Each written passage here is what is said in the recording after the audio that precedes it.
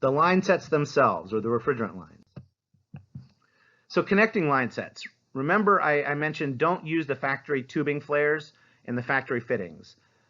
They're really not designed for the pressures and the rigor that is necessary for an operating system. They're really there for shipping. So you want to create new flares using that R410A flaring tool that I mentioned. You would apply refrigerant oil to the end of each flare. And remember, this is one of the reasons why we want you to have specific equipment just for working for R410A. And then you want to connect the tubing on the indoor and outdoor units with nuts. Now these are supplied usually with the equipment, but it's not the one that is shipped with it. If you look at the picture, that beefier of the two nuts that says has DHP with an arrow to it, that is the nut that we really recommend that you use. And then you use a torque wrench to tighten to the manufacturer's specifications. Refrigerant charge. Only do this if it's actually necessary. Many or most installations don't actually require adjustments because they come pre-charged. When they're pre-charged, you don't really need gauges to verify the refrigerant levels because, again, they're factory set to work this way. But consult your manufacturer's installation manual and verify that the protocols we're talking about today apply to the equipment that you're installing. And again, make sure you do have your refrigerant handling license if you're going to be doing this work. There are a variety of different fitting types in the market. Some of them are used creating flares, and that's going to be pretty common, particularly as you connect to the outdoor unit and the indoor unit. But what about if you ever need to do additional connections? Here are some examples of some fittings that aren't full flares. The press fitting and the compression fitting. These are specialty equipment that you usually have to get separate. But what we find is these have lower leakage risks than a standard flare. A standard flare fitting really does take a lot of experience and a little bit of luck and proper application of oil and proper torque to get these really well. Whereas the compression and the press fittings are a little bit more simple and easier to master. Again, you do have to purchase them separately, but they can really elevate your game in terms of reducing the chances of having refrigerant leakage. We do also want to make sure that this line set is fully insulated, as I mentioned. And it's not just that it's insulated. We also want to make sure it's got UV protection on it. And there's a couple different ways. You can buy line set that comes with UV protection. You can put a UV protection tape over the insulation, or you can put a line hide, which we'll show in a few minutes, which really gives the ultimate in protection and really improves the looks. We also like to mention here, we want to make sure that you have a weatherproof wall penetration. So since you're going to have to run that line set and the electrical through that exterior wall, you're going to want to make sure you get it really weather tight. We don't want to get water or insects or air moving in and out of the walls due to this installation. Next, let's talk a little bit about the compressors themselves. So here's your typical outdoor compressor, also known as the outdoor unit. And some of the things we're pointing out here, the wall penetrations have been sealed with an insulative sealant. Again, it's really going to fill all the gaps and make sure that you're not going to get air, moisture, or insects coming in. You'll see the rigid line hide. It looks almost like a downspout there. It's usually a plastic or aluminum cover that snaps over your line set. And again, this really gives you both better looks as well as better protection of that line set. You'll see there's a pad on the bottom of this one. They made sure they compacted the ground first. So getting compact ground so this won't settle or tilt, then putting the pad on it is a great first start. Next, you want to use some adhesive to adhere any riser blocks and then anchor the foot to that riser. Again, there are various types of risers available. 2 or 3 inch risers are kind of standard. We prefer 6 whenever possible. That just gives you that little bit of extra benefit for when there's a lot of leaves or a medium amount of snow.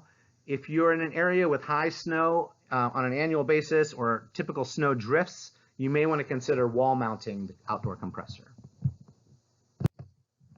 These preferred risers, here's what I was mentioning.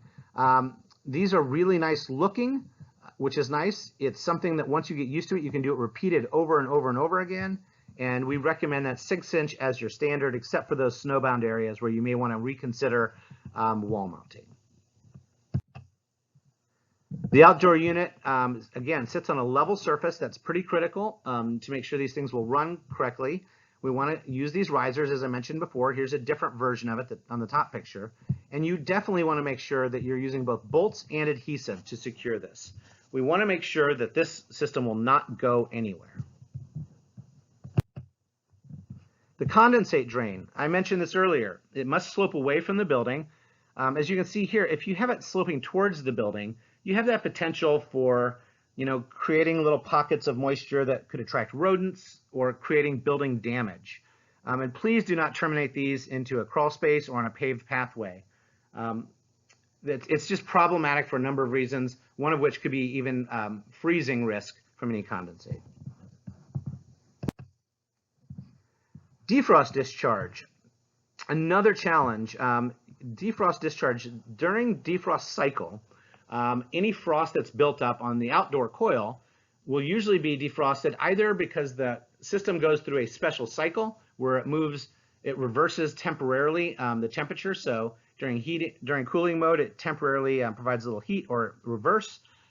It will defrost any frost that's on the coils, but it will also create some moisture that comes off it. So being smart about where you install your outdoor compressor and making sure your discharge drains appropriately is really a good idea. The lower picture is actually a pan heater that is really another specific element often used in defrost modes. These can be ordered with the equipment, or they can be purchased separately. We only recommend them when you're installing cold climate ductless heat pumps in a colder climate.